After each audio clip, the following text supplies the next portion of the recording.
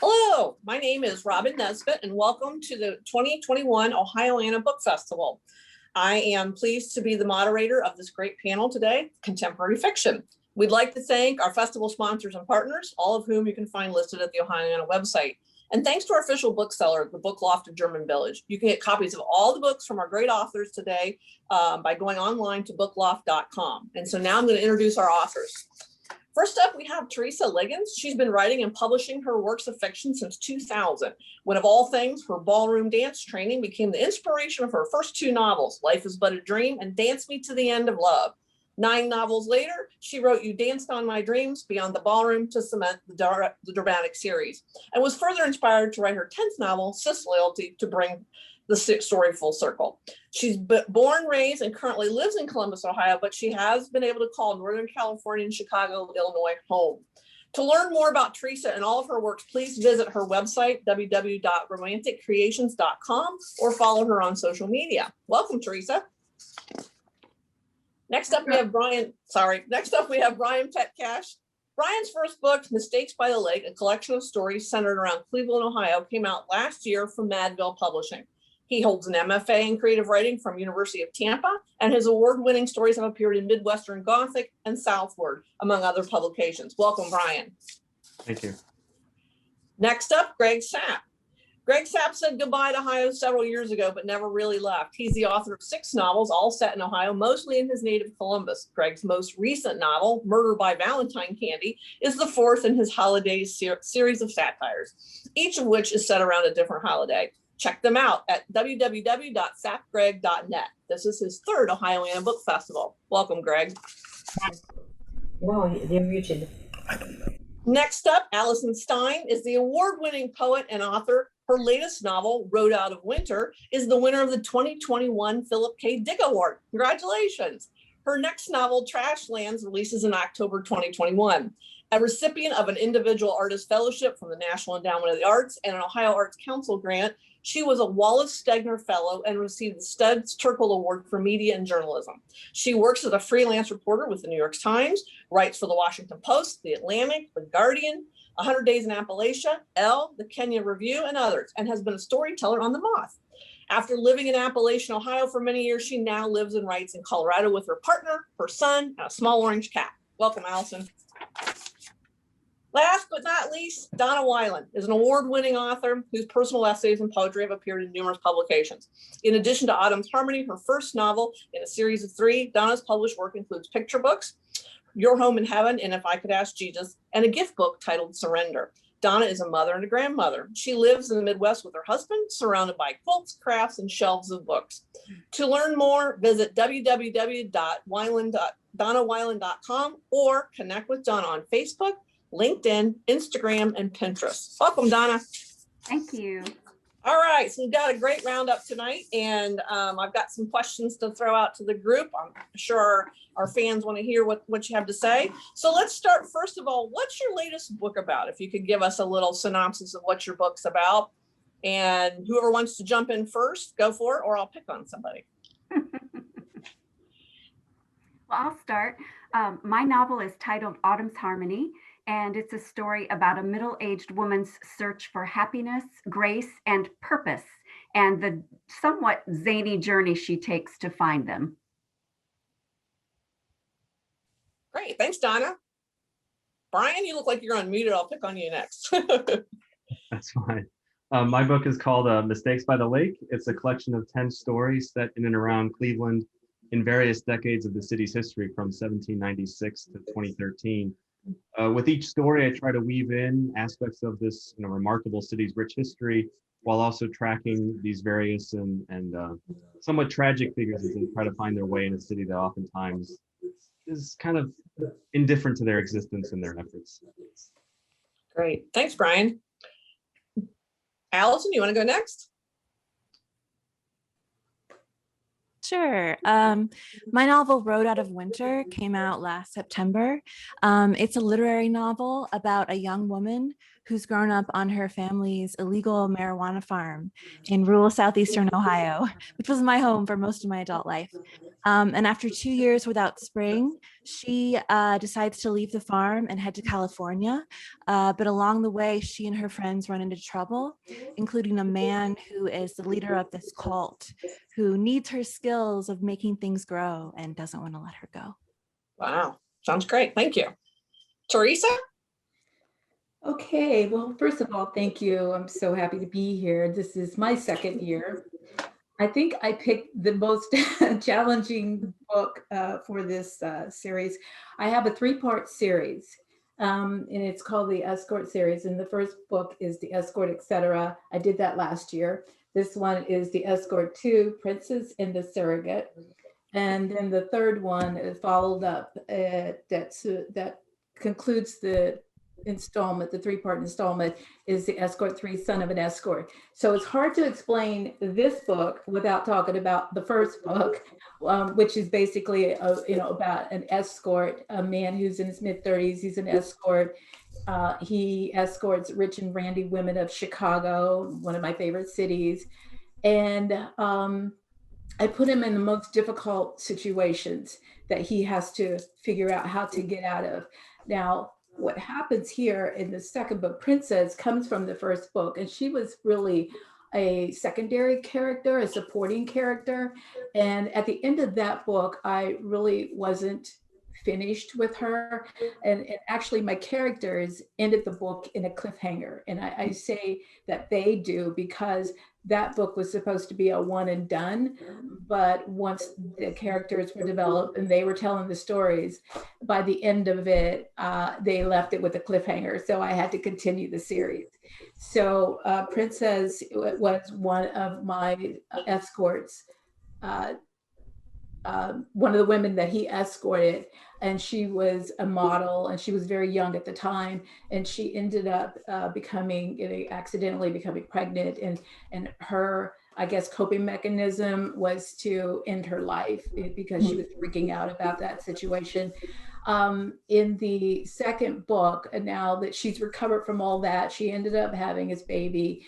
And then we jump 5 years ahead, and he's 5 years old. And now her career has taken off, and everything is good. Life is good for her. And her focus is more on her child. Well, because of the situation in book one, she's no longer able to have children naturally. So she wanted to pursue surrogacy. And who do you think that she wants to be the seed donor for her second child? Well, that becomes a real dilemma, not only for her to ask of this huge favor, but then for, her love interest to decide if that is what he can or be willing to do for her. So this book is actually the connective tissue, between the two books. And we start with, the book one, the character arc, and it ends in book three. Well, at the end of this book, I can't really tell you the end of the book, but we find it's a shocker. I'll put it this way. Book one, I would say, is a wow. Book two is a shocker, and book three is an OMG book. So you kind of have to get through this one. It's very small, but it packs a punch, and it has a lot of twists and turns. So I'll leave it there, and we'll do some more follow-up with that as we get further into this discussion. Sounds good. Thank you, Teresa. Gregg, tell us a little bit about your book, please. Greetings, everybody, from soggy Tumwater, Washington. The first thing I need to say is my book is Murder by Valentine Candy. It is of my holidays series of satires. The other three titles are Halloween from the Other Side, The Christmas Donut Revolution, and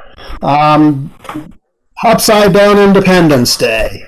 And Murder by Valentine Candy, the story is about a conservative podcaster who has the reputation of being a ladies' man.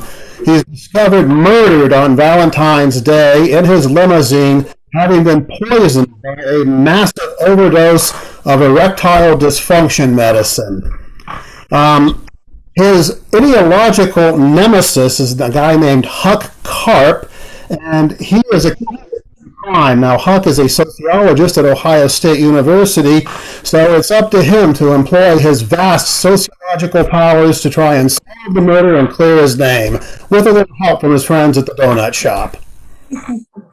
Sounds great. Thank you. All right. So thanks for sharing what your latest book's about, everyone. What was your inspiration or your influence to write this book or any work? I mean, if you don't want to talk about this book specifically, but yeah, what's your inspiration or your influence to write your works? Donna, you want to go ahead and go first? Sure. Parts of my novel are actually loosely autobiographical, and I won't tell you which parts.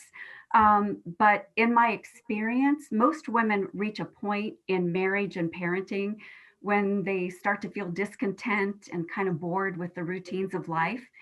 So Anna's story is kind of a universal story of women who reach a certain age and they kind of begin to yearn for an act two or a fresh start or new purpose. So I really feel like Autumn's Harmony gives women hope that they can start again and discover new purpose in midlife. Great, that sounds wonderful. Who'd like to talk next about their inspiration / influence on their work? I can go. I think with books, for me, it's really a question of stitching together elements over time. And sometimes it takes a really long time to build to a big book. For Road Out of Winter, those elements were a dream that I had. I am the kind of writer that I have a lot of ideas, but when I have a dream, I know I really need to pay attention to it. So I had this dream. It was an image of a greenhouse and snow, but the greenhouse was lit up and there were two people inside with a baby and the baby wasn't there. Somehow I knew that in a dream. So I had that dream, and then, you know, I'm sure many of us are familiar with Ohio weather, and it was typical Ohio weather one year, but spring was really, really late, even for southeastern Ohio, which is usually a little bit warmer. And it like snowed in May. And I remember thinking, what if spring just never comes back? It was a very Ohio thought. So that dream and spring being very late somehow came together and made my book for me eventually. Oh, cool. Thanks, Allison. Teresa, what was your inspiration, influence? Well, I think I kind of touched upon that earlier because it is a second of a series. And so that's what inspired me to continue to write it. And mostly because I had ideas of how I was going to end the series. And this is what I needed in the middle of it to bring it all, together, the story together. This character is vital to the ending, and not only the second book that she's in, but then also the ending. Her son Darius, who is 5 in this book, in the next book, it jumps ahead 12 years, and so now he's a 17-year-old. And what happens to him there, because of how he was raised by his mother in the second book, he finds his mother's diary that she kept when she was a client. And then he obviously knows who his father is, but when he read the diary, he did not know what his father was or how his parents met. So it basically, destroys him. As you can imagine, a 17-year-old, he's on spring break visiting his grandparents, and this is how he finds out. So the diary then becomes the antagonist in the third book. And it was because of the second book, in the first book, that she was, this client of this escort. And then all of her most intimate details are chronicled in this diary. And then it's found, by the worst person ever. And then he brings it back to Chicago. And then it kind of, every hand that it touches, every person, it has the potential to destroy their life. And again, my escort then is still in the center of all that as well. So that was the inspiration of not only this book, but the entire series. Great, thank you. Brian, what was your inspiration or influence to write your work? Yeah, for this collection, it began with what became the novella, which is the title, Mistakes by the Lake, which is the last piece in the collection. I just had this idea for a modern day and urban realistic retelling of Shakespeare's Henry IV. And I had what I thought was a good voice for my version of Prince Hal. But I also know I had two other elements that I wanted. I wanted it set in Cleveland, and I wanted Cleveland to be an important character in the book. Once I found myself researching more about Cleveland to kind of get to flesh out some of the background of the characters in the novella, I kept getting more and more intrigued by snippets of detail and or history, which gave me additional ideas and characters. And I had done a couple of other stories that I really wasn't sure what they were going to be or how they were going to fit. And it wasn't until I drafted the first truly historically set story, which was called The Last Ride and is set in 1928. Once I had that story, the first draft of that story, I kind of had the concept album approach to what this collection could be, which is sort of like this decade by decade walk through Cleveland's history. And then once I had that, that's when I can kind of started looking at different decades of, okay, what story can I tell in this decade and what story can I tell in this decade? So that's kind of how the collection came about. Great, thank you. Gregg, what inspired you? What inspires me in a general way is just observation of the world around me. It's ripe for satire. Sometimes those people believe and do these days, the satire almost writes itself. And I consider it kind of therapeutic while I'm writing these novels. Irony is very helpful for me. My inspiration for writing Murder by Valentine Candy in particular was that, well, I just always wanted to write a murder mystery. I admire mystery writers, their ability to manage threads of plot and multiple characters and clues and everything and bring it all together at the end in a satisfying yet somewhat surprising way. And so I wanted to see if I could do that. It was a challenge for me. I'm not Agatha Christie, but I was gratified by editor told me that he found clues in the manuscript that I didn't even know I had put in there. So I call that beginner's luck. But technically, Murder by Valentine Candy is a satire of a murder mystery more than a murder mystery per se. It's more of a why-done-it than a who-done-it. So I'm glad that I did that. My wife says that she's a reader of murder mysteries. She hasn't read it yet, but she says she's going to try and figure it out. Sounds good. How do you choose your characters for this book or your books, and why do you choose certain characters? So I'll throw that question out and see who wants to start with that one. Teresa, you want to start? I'll just mix it up here a little bit. Who gets to go first? Oh, no problem. This particular book or the series, once I determined, what the concept of and what the idea of what my story is going to be in the plot, then I generally have an idea who my protagonists and my antagonists are.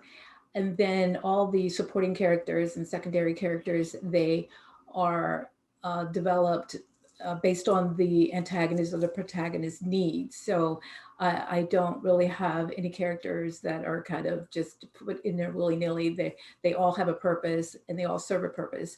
I will say that in some cases, when I write a book, some of the characters could be loosely based off of people in real life.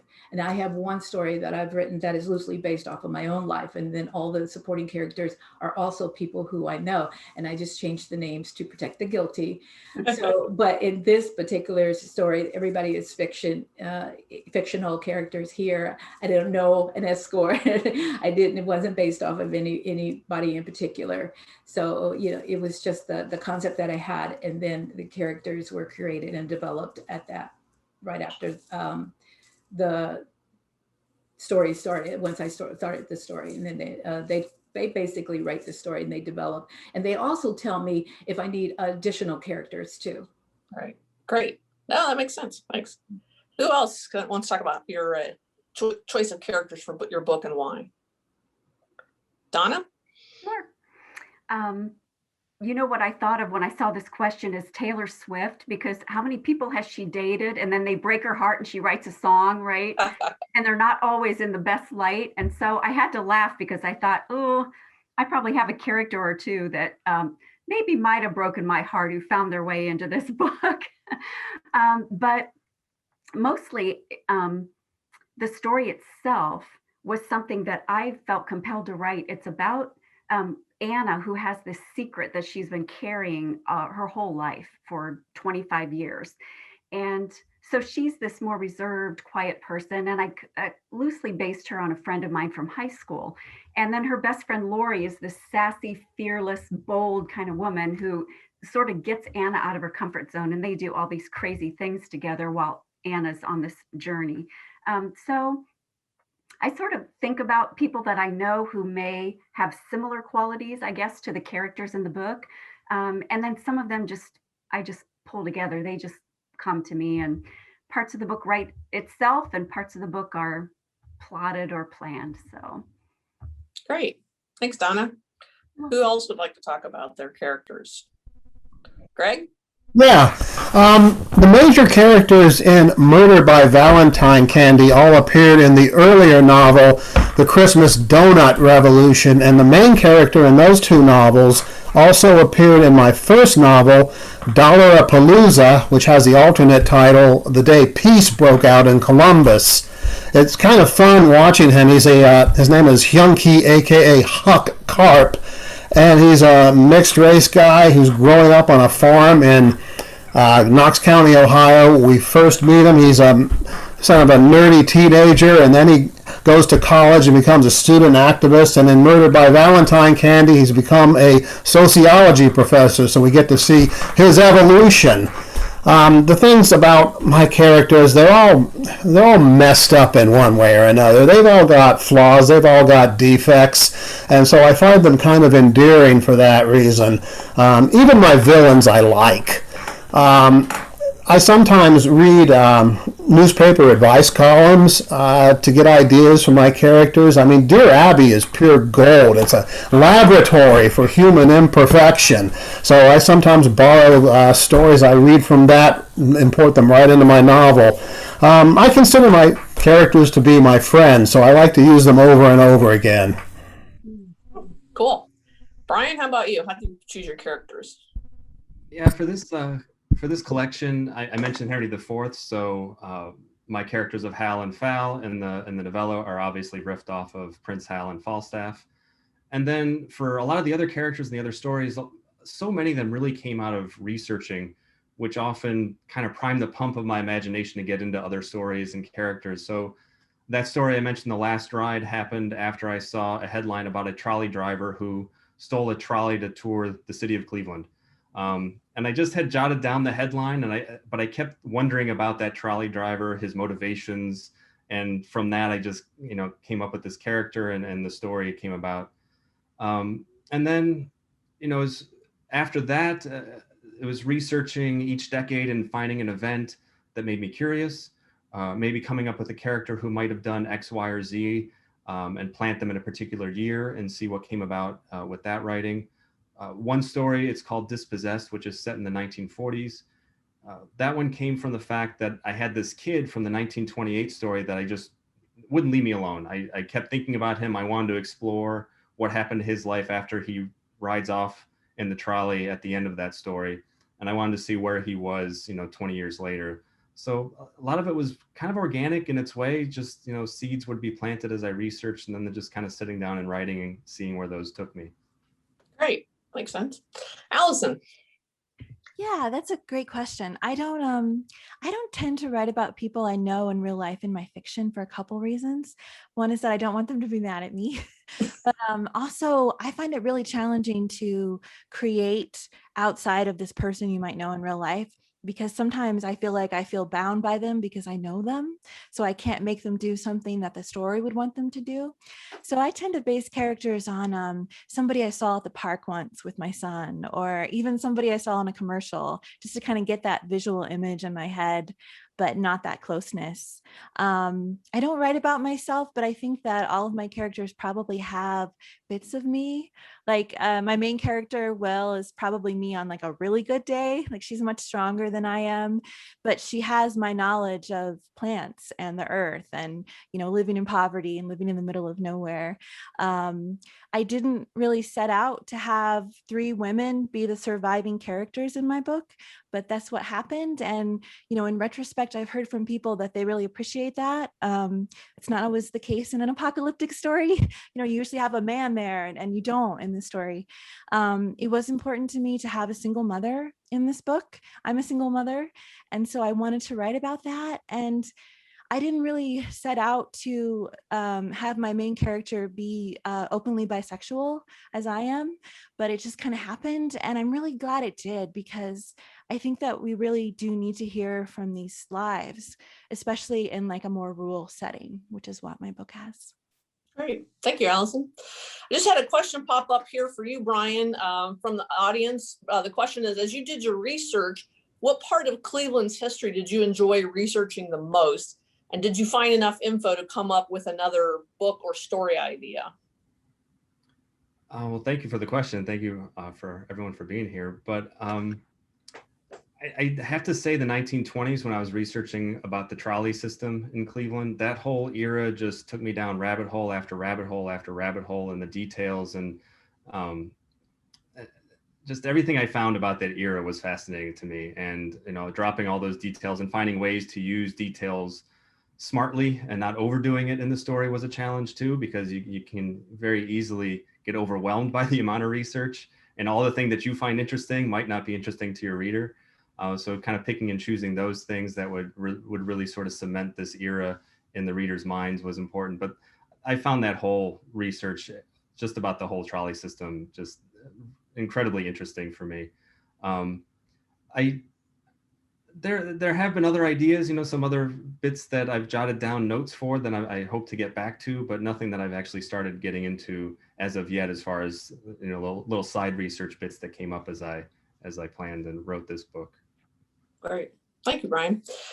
Many of our fans or listeners or viewers today are aspiring writers. So let's pivot our questions a little bit into the writing and publishing process. My next question is, what is your writing process like? Who'd like to take that one on? Donna, I'll pick on you. You know, the last few weeks, my writing process has been non-existent when it comes to books, because I've just been rebranding and getting a new website together. So writing all of that text and organizing that for the designer has been quite a job. So we just launched that yesterday, which is great. So for a typical writing day, though, I do try to base it on word count. I tend to be a pantser more than a plotter. So if I give myself a word count total 2,000 words a day or 2,500 words a day, it will usually get me through a scene or a short chapter. And that leaves me at a good stopping point as well as a good starting point for the next day. So. Great. Thanks, Donna. Allison, what's your writing process like? I agree with a lot of what Donna said. I also do like a word count. When I'm writing a novel, I try to do at least 1,000 words a day. They're not necessarily good words, right? Or the right words, but I just try to get through it and don't judge and edit until later. And so what I end up with is a very messy first draft of a novel, but that's actually exciting for me to go back and it's just a hot mess, you know, and how can I make it better? There's a lot of discovery there in the revision process for me. And that's my favorite part, is revision. The other thing I try to do is do the hardest work first. So I write full time. I work as a journalist as my day job, and that's not as hard for me as fiction writing is. So first thing in the morning, as soon as my son goes to school, haven't had breakfast yet, I try to sit down and do the hard work first, because I feel like your brain is freshest and you haven't been bogged down with the demands of the day and like horrible emails and everything you have to do. So write creatively first thing. And again, just try to get 1,000 words every day is my limit. Other people might be more or less, but that's what I can do right now. Right. Thanks. Brian, what's your writing process like? I tend to align with Allison and Donna as far as try to have a word count, although that is very loose. Try to do it in the morning as well, for all the reasons that Allison said. And it's, Really, I don't plot or think too much. I kind of like the whole not knowing when I sit down to write. I might have a loose idea of where I want a scene to go. And oftentimes it doesn't go that way, and that's fine. I just kind of go where the writing takes me, where the characters take me. Um, I do write everything by hand. My first drafts are all by hand, without usually a clear direction. I have this narrow line paper that I've made with like a double wide margin, and in that margin I can jot down notes and ideas as I'm writing scenes and whatnot to kind of help me start putting things together.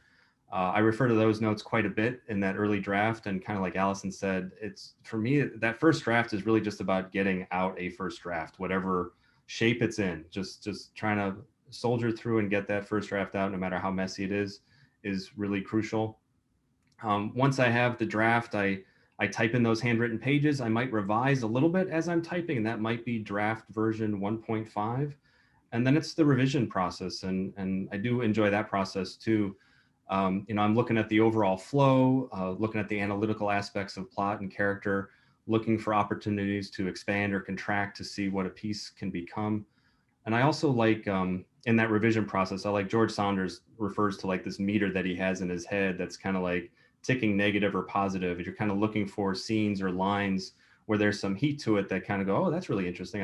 That needs to be good, or that needs to stay, or let me punch that up a little bit. But also really trying to attune to those bits where the needle kind of flags a little bit and you're realizing, oh, it's not very good. I need to either get rid of that or alter it drastically. I've heard him talk about that. It's fascinating. I like that. I like that concept of that. Yeah, exactly. Yeah, I've found it incredibly helpful. Yeah. Gregg, what's your writing process like? I don't really know that I have a process exactly. I spend a lot more time thinking about writing than I actually do writing. But that's one of the things I like about these projects. When I'm writing a novel, it's just going on in my head to some degree all the time. Sometimes at a very barely subconscious level. Sometimes it just takes over my thought processes. My wife can always tell when I'm thinking about my book. She says it's my zombie look, and it kind of looks like I'm having an out-of-body experience. But I even dream about the books. So by the time comes around, when I've thought my way through the next passage is when I sit down and write. So by the time that I actually sit down and write the novel, I've already got a pretty good idea of where I'm going with it, which isn't to say that I might not go back and change everything the next day, but I'm more impulsive. I'm not a real disciplined writer. I think there's room for people like that. Yeah, for sure. Thank you. Teresa, what's your process like? Well, my process and writing style sounds a lot like most of the panelists here and what Brian was saying as well. Once I have a concept of what my story is going to be and who my main characters are, I just sit down and write and I just knock it out. I don't put limits on myself, though, as far as how many words a day. I've been writing for over 20 years. I have 11 published books. I've never had a writer's block moment. I know that sounds weird, because I know a lot of writers that do, but it's pretty simple for me. It's linear, and then once I develop the characters, they take off. They're telling the story. But once I get through the first pass, I will then now go through it again and what I call the filler work, and that is to fill in all the details. And if I've traveled, which I do about 90% of my stories, I've traveled to the setting site, the location, and then to do the research, and I want to make the book as authentic as to read as authentic as possible. So I do now. I'm filling that in because a lot of times I may not have traveled before I have finished the first pass. So once I've done all that and then reread it again, just to kind of get some corrections done on the minor grammar errors, then I have a whole team. So I have a copy editor. So I'm going to send it to her when I think it's at its best, and then she does her thing. Then she sends it back with the corrections, and I make those. I also have a proofer. The copy editor and proofers, they do two different things, and so I will now set it up in a proof book so it's print and bound. After I made the corrections from the copy editor, then I give the the print and bound book to the proofer.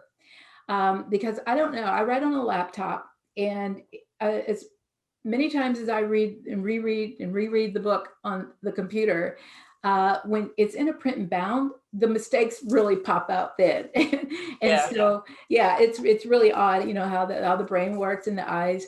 So now that my proofer has it, now she is just looking through it for just the proofing the errors, because I've touched it since my copy editor had it. And so we go over those corrections and edits, and now it's going to the publisher. Now I am the publisher. So now I set it up, you know, to be published. And while all that is going on with the first pass, before I set it up as a print and bound, obviously, I have a graphics design team. And so now he is creating the cover, and we collaborate on that very closely. So once he gets the cover, and I try to get that early on, because it kind of helps with the inspiration now that I can actually see the cover. And then it's set up, and then it kind of gets published, and all that can take anywhere from like 2 to 6 months. Yeah, that makes sense. Great. Nice. Thank you. Allison kind of alluded to this, but how do you, and I'll start with you, Allison, but how do you all balance your day job with your writing if you have a day job? Or, it'd be nice if you were as wealthy as James Patterson and Stephen King, right? But I assume none of you are. So how do you balance your creative work with your other work? And go ahead, Allison, how do you start? Yeah, that's a really good question. And it's one that I wish I had been asked and thought about when I was a lot younger. Early on, I was given the advice not to write for a day job, so that I would have stuff left over for my creative work. And that actually ended up not being good advice for me personally, because I do write for a day job. I work as a journalist. And for me personally, I really love it. And it really feeds my creative work and vice versa. I mean, as a journalist, I have to listen to people, and I have to find out stories, and I have to get to the pain point quickly, and it's a different kind of writing than fiction, but it really does help each other. And I feel like as a writer, you need to be curious about the world. You need to be a curious person. You need to constantly be learning. And that's something I love about journalism. I'm always having to become like a mini expert on something so that I don't look stupid when my article comes out, and that's really good for a writer. So that worked for me. I mean, I tried to be a professor, I have a PhD, and I was like an adjunct and various things, but I just couldn't get that tenure track job. I know a lot of, especially literary writers, do work as professors. And I did want that for a long time. But for me, I think journalism is really where I belong. And, like I said, they help each other. Right. And how I balance it is, now we're working from home, so it's easy, but I do creative work in the morning and then journalism in the afternoon. I use lunchtime as my divider for my brain. That makes sense. Great. Thank you. Brian, well, how about you? How do you balance your work? Not very well. I work from home. My partner works from home. It's always easier for me to go hang out and talk to her or check in with a work email at any time of day than it is to pick up that book I want to read for research or to sit down and write. When it is working though, I mean, one of the great things about the job that I have working from home is it's loose-ish hours as far as I can carve out time for myself to write. I just don't do that as often or as very well as I should. If it is working though, mornings are typically best after a little bit of coffee, but that's, if I can do the creative work before my mind is flooded with everything else that's going on in the day, work-wise and otherwise, the mornings tend to be when I'm freshest. And then I can feel like I've done that, and then it kind of opens up my day to be a lot more present to other things. Great. Thank you. Teresa, how about you? How do you balance your work? Well, I've been doing that for 20 years and having a day job as well. I would love to be able to write in the morning when I am most creative and my brain is fresh, but I start my day job early, and then that way I can end it early and have ample time in the evenings to write. Once I get going on a story, I am so psyched about it. Like I said, I don't have a writer's block moment. I write into the evening. I actually literally could fall asleep on the keyboard. I just, because I'm curious as to where the story is going as well. So it's almost like I can't wait to get back to writing to see, what's going to happen. I know it sounds crazy, but it's true. I don't know what's going to happen. So I have been able to balance it all these years, and it's like second nature to me now. So I have the weekends and I have the evenings to write. But as you read it and heard in my bio, it's not my only passion too. It's my number one passion, but I'm also a photographer, and it's graduation photo season time. So I've been busy with that as well. And I also help people raise their credit score. So I do boot camps. So I have a lot to divide my time, with, and so it can get crazy. But once I am on a roll with writing, it's like I shut everything else out, and the writing is the most important thing. Not my day job. I don't shut that out. I got to do that. But then, in the evenings and the weekends, that's where you're going to find me. So working from home and being isolated right now with the pandemic and everything, it's not new to me. Great. That makes sense. Thank you, Teresa. Yeah. Donna, how about you? I actually used to sell ads for a magazine, and it ended up being about 60 hours a week. So my writing stalled at that point, and it was really disappointing. It was probably 5 or 6 years ago. So now I am blessed to be able to be at home. I work full time at my writing, whether it's blogs, newsletter, podcast, what have you. But I do find that maybe not half my day, but a significant part of my day is also marketing those books. So whether I'm scheduling blog tours or talking with the publisher about the next book, or author readings, I'm trying to find places, who may carry the book, what have you. The marketing takes a significant amount of time as well. So I generally like to do that. Opposite of Brian and Allison, I like to do those things in the morning because they're in my brain and I just can't seem to get to the creative part until all that's done. So my writing is usually in the afternoon after I've had coffee and all that stuff, chocolate, but usually like 1 to 3, 1 to 4 is my prime writing time. So I'm blessed to be able to do it full time. That's great. Thanks, Donna. And Gregg, what's your, how do you balance? Well, last year I retired from my day job, so solved. And today I'm pretty much doing what I've always wanted to do. I have time to write, and I'm averaging a novel about every 9 months. But that wasn't always the case. For probably 25 or so years while I was building a career, I put all my creative writing on a shelf. I somewhat regret that now, but it got me to where I am today. So who's to say that it would have been different if I tried to squeeze creative writing in with everything else I was doing. But when I graduated from college with a liberal arts degree, I was writing a lot. Got a couple of short stories published. I actually wrote 2 just awful novels that I had to go through.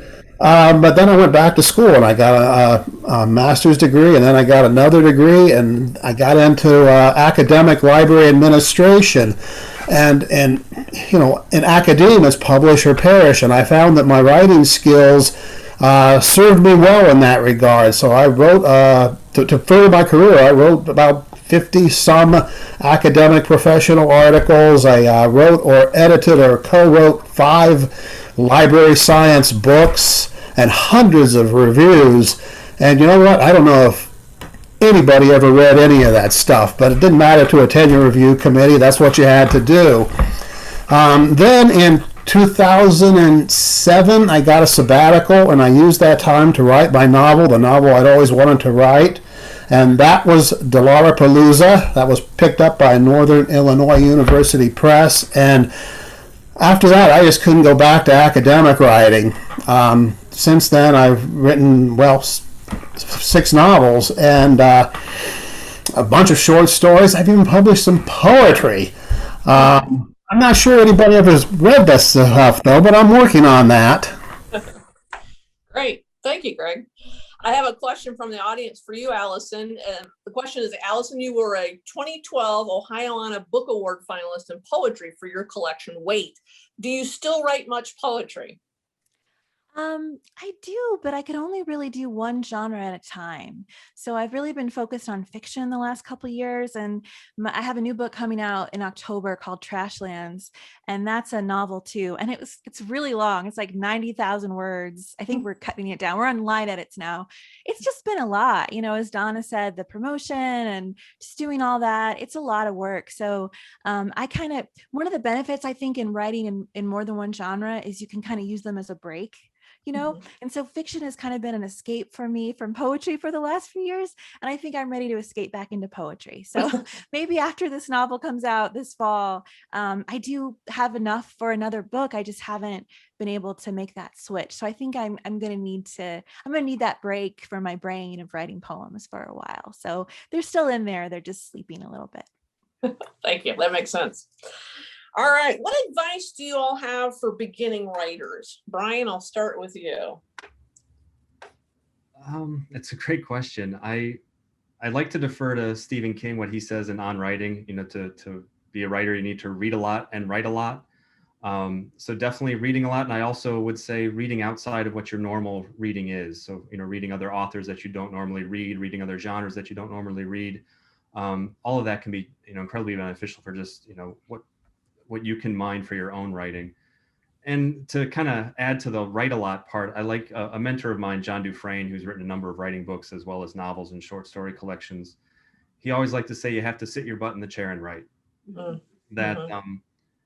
I get it, because I can find myself thinking about a character, or a scene, or a story. You kind of find yourself, as Gregg said, it's kind of in your head in the background or foreground as you move about your day. But what John Dufresne likes to say is, thinking about writing isn't writing, talking about writing isn't writing, reading about writing isn't writing.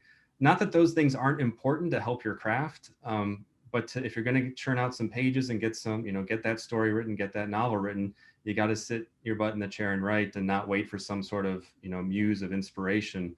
Oftentimes it's that act of sitting down and writing that's when the muse arrives, like in the process of writing, not just waiting for it to happen to get you into the chair. So reading a lot, writing a lot, and sitting your butt in the chair is the advice I have. Right. I've heard that from a lot of authors. Just sit down and write. Teresa, what about you? You've got a lot of experience. What advice do you have for beginning writers? Okay, so the first one I would say would be write only when you have a story to tell, because if you force it, then you may not enjoy the writing process and it will feel more like work. I never feel like I'm working when I'm writing. It's so enjoyable. It's such an escape. So that would be number one. Number two would be network with other writers and authors. Join writing groups, social media, because that way you can kind of feed off of each other and you can ask questions. They will answer, everybody will answer your questions. Create a team especially if you're self-publishing. I have been self-publishing for the last decade. So I have, like I mentioned earlier, a copy editor and a proofer. I have a graphics design team.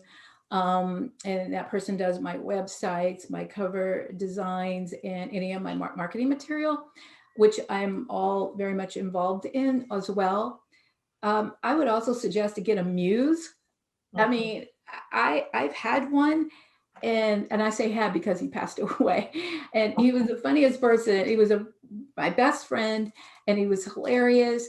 And he was somebody I can bounce ideas off of. And I knew he would be honest with me. He also helped me with the male perspective when I'm writing the dialogue with my male characters. So I think a muse, even if it's just somebody to bounce, your ideas off of, is probably a good idea.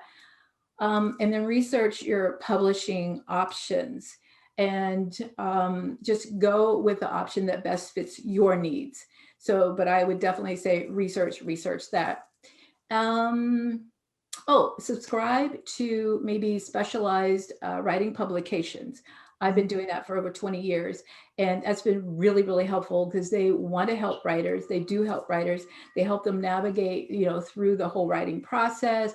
They have webinars, conferences, contest, which I have entered many times and have gotten critiques out of that, which that is also helpful if you can, enter your book into some sort of contest or somewhere where you can get a judge, professional judge, to critique your work.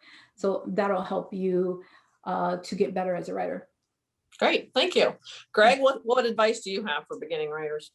I've taken undergraduate and graduate level courses in creative writing. I've been at workshops. I've been at conferences and all that. And the one thing that stands out to me is that there's no one size fits all solution. Everybody's got to find their own way. If your way happens to be writing naked, painted blue in the basement under a black light, then do it. But the one thing I would say is that you got to find your own voice. One of the reasons I gave up on writing, or I put it on the shelf for a while for all those years, is that I never could decide what kind of writer I wanted to be. I didn't know if I wanted to write literary fiction or contemporary fiction or historical fiction, science fiction. I didn't know if I wanted to write realistic novels or phantasmagoric novels. I just couldn't figure it out. And it was a process before I finally settled on satire, because it's the most fun kind of writing I can think of. It keeps me entertained, and it feels like my authentic voice. And I think writer's got to find what their own voice is. Great, that makes a lot of sense. Thank you. Donna, what's your advice? Wow. People did such a great job of covering things, especially Teresa had that nice long list, which kind of checked most of my things off that I had prepared. But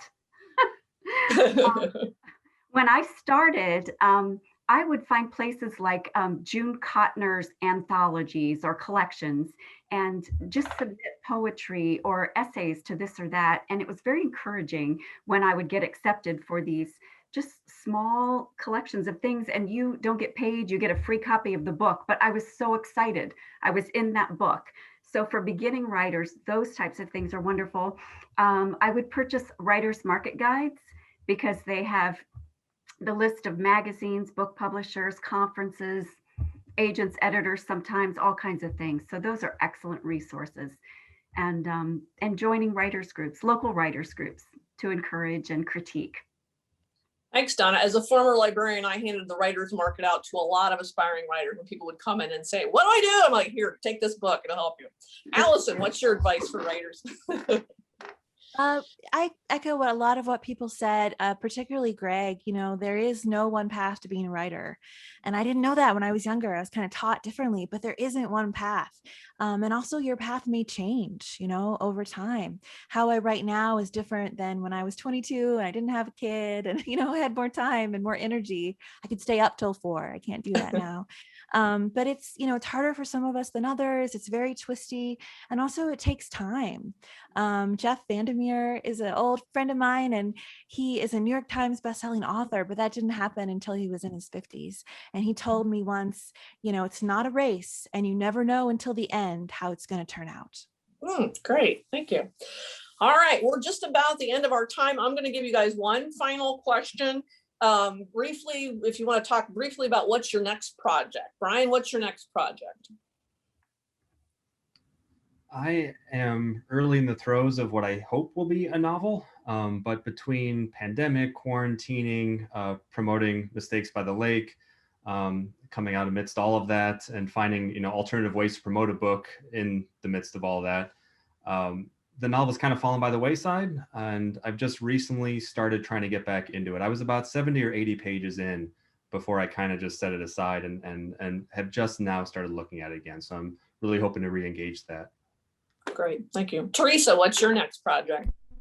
Okay, so this one is 10 years in the making. I've thought about this 10 years ago, just haven't had time to get it started. And so it is going to be my next project. And I think it's going to be a novel, between a novel or a screenplay. It is going to be a compilation of all online dating disasters. And I have a lot of them, and I don't do that anymore, but this book is going to be hilarious. It's going to be a comedy. I'll put it that way. Sounds great. Thank you. Gregg, what's your next project? Volume 5 of the Holidays series is entitled Thanksgiving, Thanks Gotten, Thanks Gone. It'll be due out in October, and it's set on Black Friday in a Walmart. New Year's Eve 1999 will be out sometime next year. Great. Thanks, Gregg. Donna, what about you? My next book is going to be, I realized I didn't put my book up. I don't know if anybody can see Autumn's Harmony, but it'll be book 2 in the Autumn's Harmony series. It's called Autumn's Song, and Anna is getting more confident. She's stepping out of her comfort zone. She's started a new career, and then I hate to share too much, but her husband moves out of the house. So there's just going to be some challenges, some tragedies, some things, but it will have a happy ending because I believe in happy endings. So Great. Thank you. Allison, I think you've mentioned you have another work coming out, but is that your next project? I do, yes. It's called Trashlands. Oh, it's on that side. My son made me a sign. It's Trashlands is going to be out from Mira HarperCollins on October 26th of this year. It's another literary novel that follows a woman in Ohio, Appalachian, Ohio, but it's set in the future, 2 generations after climate change floods have kind of redrawn the coast, and it follows a single mother who lives in a junkyard, and she's trying to create a future for her son and a life for herself as an artist in a place and a time that doesn't really value that. Great. Thanks so much. I did have one comment from the audience who said, thank you guys for a great panel. And I'm going to echo that and say, thank you. What a great panel. Thanks to Teresa, to Brian, to Gregg, to Allison and Donna. This was a great way to spend an hour. A reminder to all of our viewers that you can get copies of these books by each one of our authors. Make sure you support them from the Book Loft of German Village at bookloft.com. Thanks again to our festival sponsors and partners, and thank you for joining us. Please check out the Ohioana website for all of this year's festival program. Thanks, everybody. Great job. thank you.